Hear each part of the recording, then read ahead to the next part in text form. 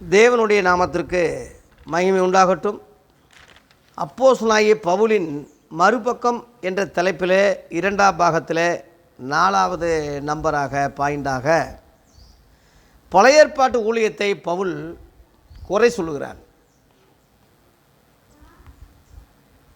அப்போஸ்தலனாகிய பவுலின் மறுபக்கம் என்ற தலைப்பில் இரண்டாம் பாகமாக 4வது பகுதியாக பழைய ஏற்பாட்டு ஊழியத்தை பவுல் குறை சொல்லுகிறான். தேவ பிள்ளைகளே, இன்றைக்கு பெரும்பாலான ஊழியர்கள் பழைய ஏற்பாட்டை தான் பேசுகிறாங்க. பெரும்பாலும் என்ன, 99% 100க்கு 99% பழைய ஏற்பாட்டையே பேசுகிறான். மோசே வந்தான், அவன் வந்தான், இவன் வந்தான், சண்டை போட்டான், அங்கே ஆபிரகாம் வந்தான், அவன் சாலமோன் வந்தான், இவன் தாவீது, அடியே எங்கள் அப்பா தாவீதை பற்றி பேசாதவனே இல்லை. அந்த மாதிரி பழைய ஏற்பாட்டையே பேசுகிறான்.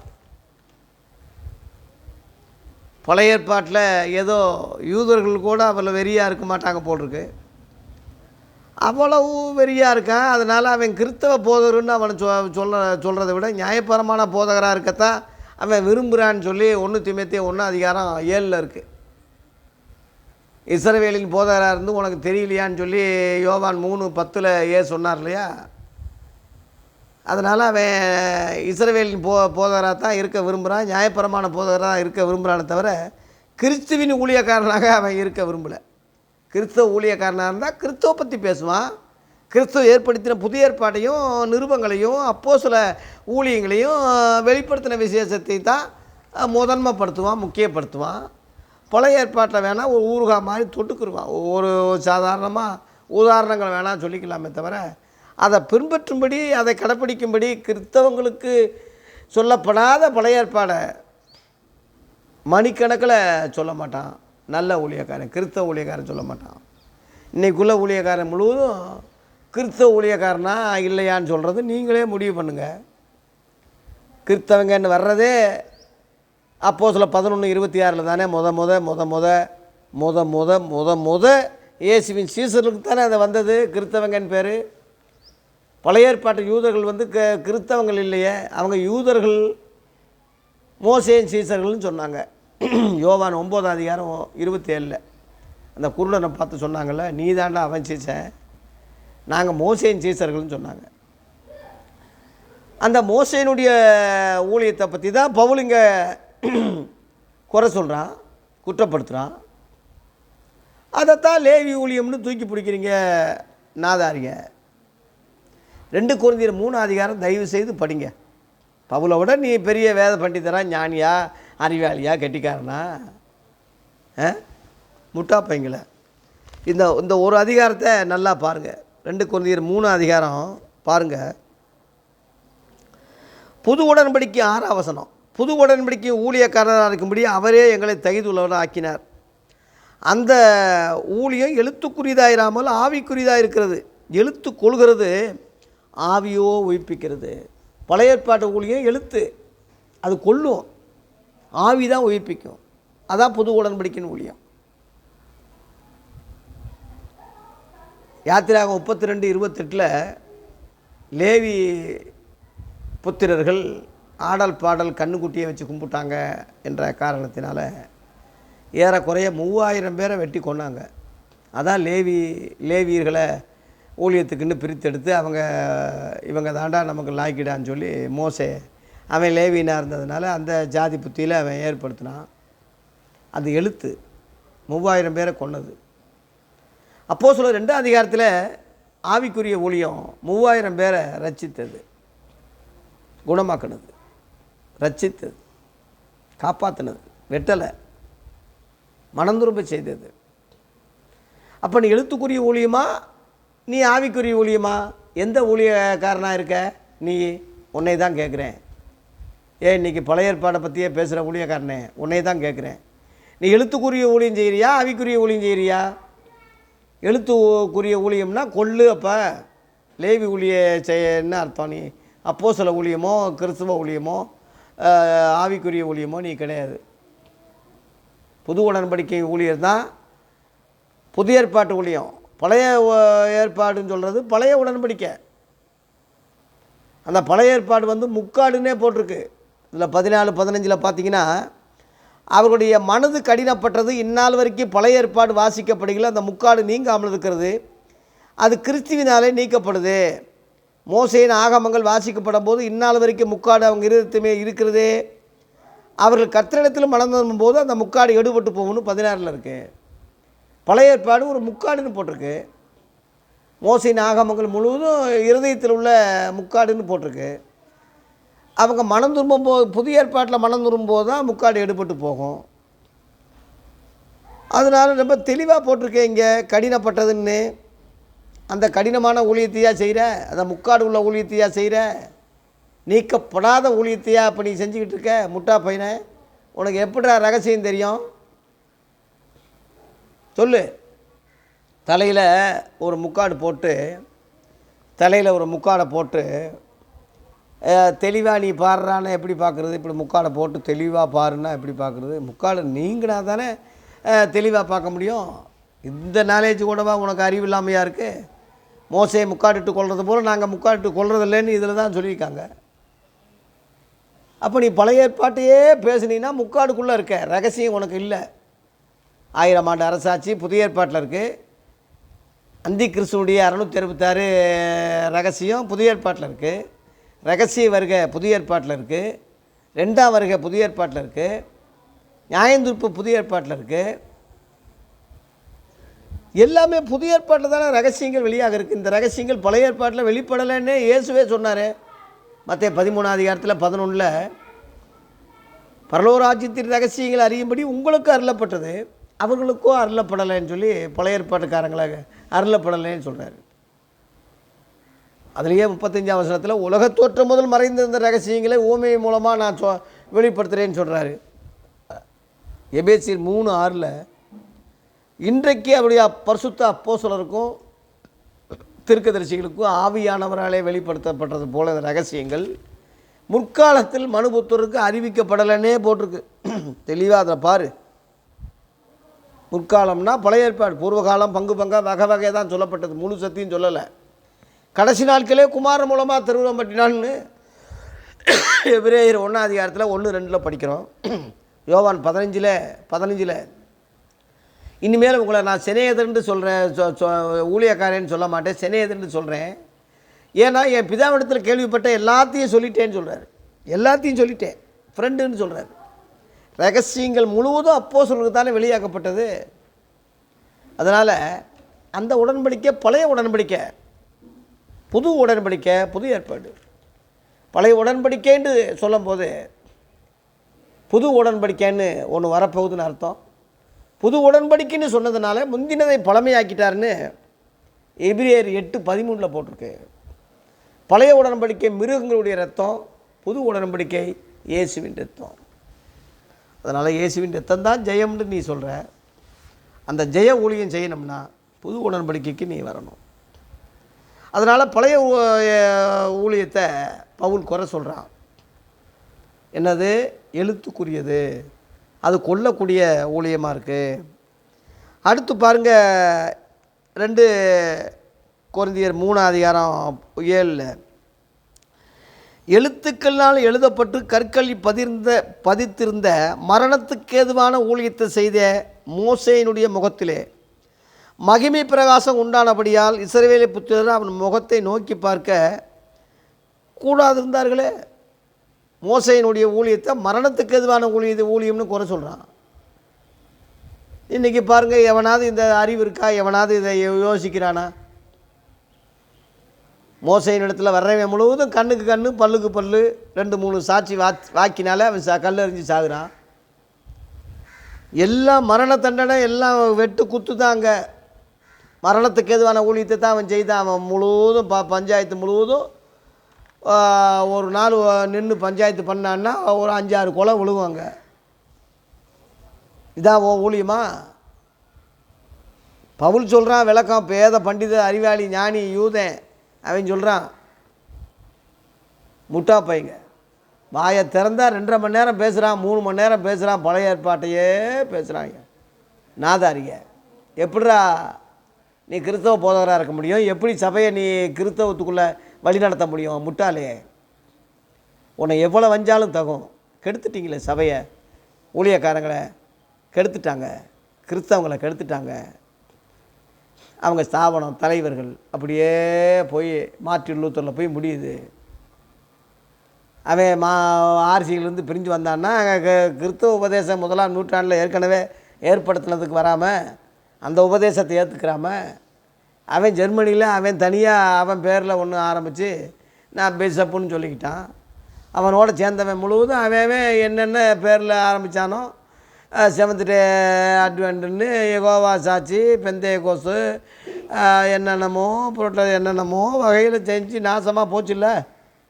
அதில் தானே ஊறி தெகரித்து நம்ம சிக்கி போய் அதில் மாட்டி அதில் தானே இப்போ தானே கண்கள் திறக்கப்பட்டு ஒரு சாக்கடையில் விழுந்த ஆடு தலையை உதறிட்டு போன மாதிரி இப்போ உதறிட்டு இப்போ தானே சுதாரிக்கிறோம் நம்ம. அதனால் 1ஆம் நூற்றாண்டில் இயேசு கிறிஸ்துவால் உருவாக்கப்பட்ட அந்த ஆதி அப்போஸ்தல சபைக்கு வாங்க. அப்போஸ்தலர் 2ஆம் அதிகாரம் 42 அப்போஸ்தல உபதேசத்துக்கு வாங்க. 47ஆம் வசனத்தில் கர்த்தரே சபையில் சேர்க்குறாருல அந்த இடத்துக்கு வாங்க. வந்துட்டா பழைய ஏற்பாட்டுக்கு உதாரணமாக வேணால் முக்காடு உள்ளதை எச்சரிப்பு உண்டாகும்படி சில காரியங்கள் நம்ம சொல்லலாமே தவிர கடைப்பிடிக்கிறதுக்கு நம்ம சொல்லக்கூடாது. அவங்க எல்லாரும் பழைய ஏற்பாட்டுக்காரங்கள்லாம் விசுவாசத்தில் நல்லா நற்சாட்சி பெற்றிருந்தோம் வாக்குத்தத்தம் பண்ணப்பட்டதை அடையாமல் போனாங்க. அவர்கள் நம்ம எல்லாமலும் பூர்ணராகாதபடி விசேஷித்த நன்மையானது ஒன்றை தேவன் நமக்காக முன்னதாகவே நியமித்திட்டார்னு தெளிவாக எபிரேய நிருபம் 11ஆம் அதிகாரம் 39-40 தெளிவாகவே போட்டிருக்கு. அதனால் தேவ பிள்ளைகளே எச்சரிப்படைங்க. இனிமேலாவது பழைய ஏற்பாட்டு பிரசங்கத்தை மணிக்கணக்கில் சொல்கிறத விட்டுட்டு புதிய ஏற்பாட்டு அப்போஸ்தல உபதேசங்களை நிருபங்களுக்கு வாங்க. அடுத்து அங்கே என்ன சொல்கிறான் பாருங்கள். மரணத்துக்கு எதுவான ஊழியம்னு குறை சொல்லணவன் 8ஆம் வசனத்தில் ஒளிந்து போகிற மகிமையுடைய அந்த ஊழியம் அப்படிப்பட்ட மகிமை உள்ளதாக இருந்தால் ஆவிக்குரிய ஊழியம் எவ்வளோ அதிகமாக மகிமையாக இருக்கும். ஒளிந்து போகிற மகிமையுடைய அந்த ஊழியம்னு அந்த பழைய ஏற்பாட்டு ஊழியத்தை குறை சொல்கிறான். ஒளிந்து போகிற மகிமை, இது நிலைச்சிருக்கிற மகிமை. நீ எந்த ஊழியத்தை செய்கிற? அந்த ஊழியமா இந்த ஊழியமா? 9ஆம் வசனத்தில் ஆக்கினி தீர்ப்பு கொடுக்கும் ஊழியம் மகிமுள்ளதாக இருந்தால் நீதியை குடிக்கும் ஊழியம் அதிக மகிமையாக இருக்குமே. அப்போ நீ எந்த ஊழியத்தை நீ செய்கிற? ஆக்கினி தீர்ப்பு கொடுக்கும் ஊழியம்னு அந்த பழைய ஏற்பாட்டு ஊழியத்தை பவுல் குறை சொல்கிறான். நீ அந்த ஊழியத்தை பற்றியே சொல்லிக்கிட்டு இருந்தால் நீயும் அந்த கதியில் தானே போவ. ஆகவே அதிக மகிமை உள்ள ஊழியம் புதிய ஏற்பாட்டு ஊழியம்தான். 10ஆம் வசனம் இப்படியாக மகிமைப்பட்டிருந்த அந்த ஊழியம் இந்த ஊழியத்துக்கு உண்டாயிருக்கிற சிறந்த மகிமைக்கு முன்பாக மகிமைப்பட்டது அல்ல. அந்த ஊழியம் இந்த ஊழியம் சொல்கிறானே, முட்டா பையனை, உனக்கு அறிவில்லை? எந்த ஊழியத்தடா செய்கிற? நாயை பொல்லாத ஊழியக்காரனை நாயின்னு தான் பிலிப்பியர் 3:2 இருக்குது. அதை தான் நான் சொல்கிறேன். நாய்களை குறித்து எச்சரிக்காதீங்கன்னு பவுல் சொன்னதை தான் நான் சொல்கிறேன். இந்த நாய்கள்லாம் புறம்பே இருப்பாங்க, பரலோகத்துக்கு போக முடியாதுன்னு வெளிப்படுத்தின விசேஷம் 22:15 போட்டிருக்கு. அவன் கக்கினது திம்பான், கழுவப்பட்ட பன்றி சேற்றில் புரளுவான். 2 பேதுரு 2:22 சொல்ல அந்த நாய்களை தான் நான் சொல்கிறேன். இந்த நாய்களுக்கு எச்சரிக்கையாருங்க. சொல்லியும் மீறிக்கிட்டு செஞ்சுக்கிட்டு செய்கிறானா, இவ்வளோ கத்தி பேசுகிறேன், இவ்வளோ வீடியோக்கள் போட்டுக்கிட்டு இருக்கேன், இவ்வளோ விளக்கங்கள் சொல்லிக்கிட்டு இருக்கிறேன். எவனாவது எனக்கு ஆதரவு கொடுக்குறானா? எவனாவது இது கரெக்டுன்னு சொல்கிறானா? இது ஏற்றுக்கிறானா? ஏற்றுக்கிட்டு ஒரு இந்நேரத்தில் எழுப்புதல் உண்டாயிருக்குமே, ஒரு எல்லாம் சொல்ல ஆரம்பிச்சுட்டா நல்லா இருப்பேன். எல்லாம் மூடிக்கிட்டு இருக்கீங்களே, என்ன காரணம்? எல்லாம் மறைச்சிக்கிட்டு இருக்கீங்க, என்ன காரணம்?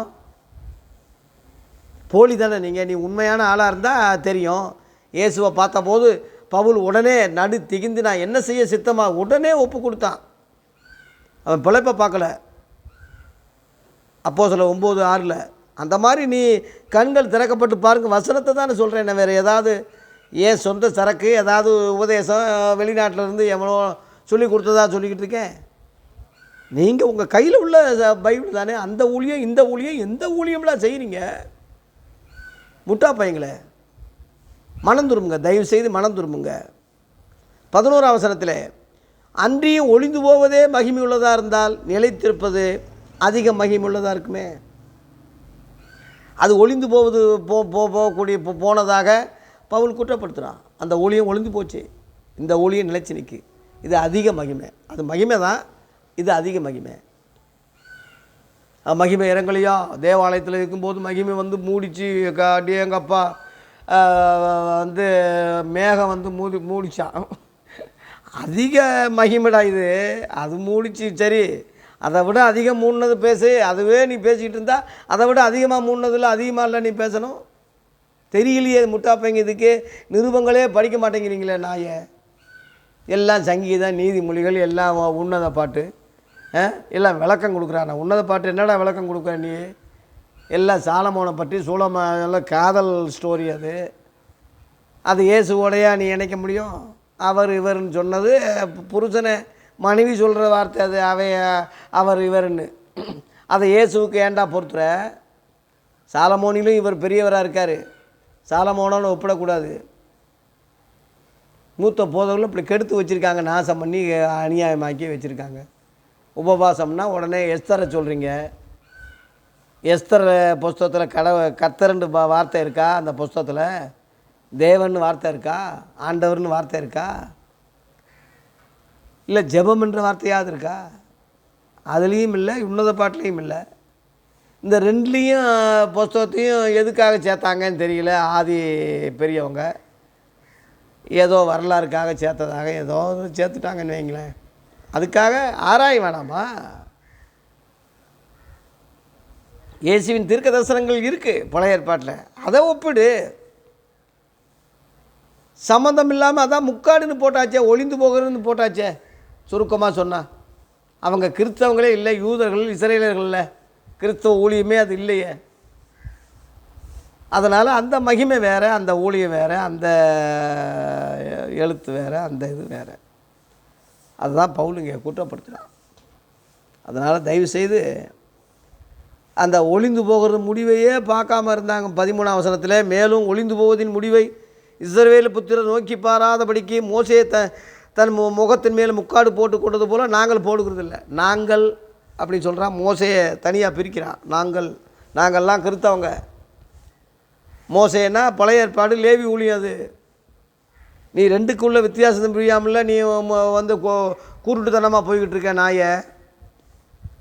சபையை கெடுத்துக்கிட்டு இருக்கீங்க, உங்களையும் கெடுத்து வச்சுக்கிங்க, எல்லாம் நாசம் பண்ணி கெடுத்துட்டீங்க. மனம் திரும்புங்க, தயவு செய்து மனம் திரும்புங்க. பழைய ஏற்பாட்டை நீயே இருந்தால் உன்னையும் குறை சொல்ல தவிர, உன்னையும் வயிறு தவிர வேறு வழி இல்லை. மனம் திரும்புங்க. கர்த்தரே ஆவியானவர். 17 அவர் எங்கே இருக்காரோ அங்கே தான் விடுதலை உண்டு.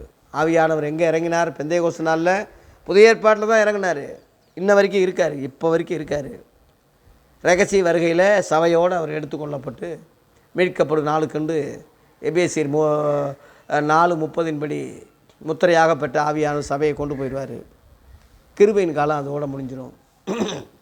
அதனால் ஆவியானவர் எங்கேயோ அங்கே தான் விடுதலை. நீ ஆவியானவருடைய ஊழியத்தில் இருக்கிறியா, இல்லை ஆவியானவர் இல்லாத பழைய ஏற்பாட்டு கால ஊழியத்தில் இருக்கிறியா? அது மாம்ச ஊழியம், இது ஆவிய ஊழியம். அந்த ஊழியம் வேறு, இந்த ஊழியம் வேறு. பழைய ஏற்பாட்டு ஊழியக்காரங்களை பவுல் குறை சொல்கிறான் என்பது அந்த அர்த்தம்தான். நீயும் பழைய ஏற்பாடு இஸ்ரேல் போதகராக இருந்தால், நியாயப்பிரமாண போதகமாக இருந்தால் உன்னையும் வையத்தான் செய்வார். நியாயப்பிரமாணம் 10 கட்டளை நல்ல நீதிமான்களுக்கு விதிக்கப்படலை, அயோக்கியர்களுக்கு அடங்காதவங்களுக்கு ரொம்ப கேவலமான ஆளுக்கு தான் விதிக்கப்பட்டதாக இதே பவுல் தான் 1 தீமோத்தேயு 1:8 நீங்கள் படிச்சிங்கன்னா அந்த லிஸ்ட்டு அதில் இருக்குது. அந்த லிஸ்ட்டில் இருந்து நீங்கள் விளைவிக்கிங்க. புதிய ஏற்பாட்டு ஊழியத்துக்கு வாங்க, அப்போஸ்தல உபதேசத்துக்கு வாங்க, புது உடன்படிக்கைக்கு வாங்க. அடியனுடைய எளிய இந்த ஊழியக்காரன் வாயிலிருந்து ரகசியங்களை சொல்லிக்கிட்டே இருக்கார்.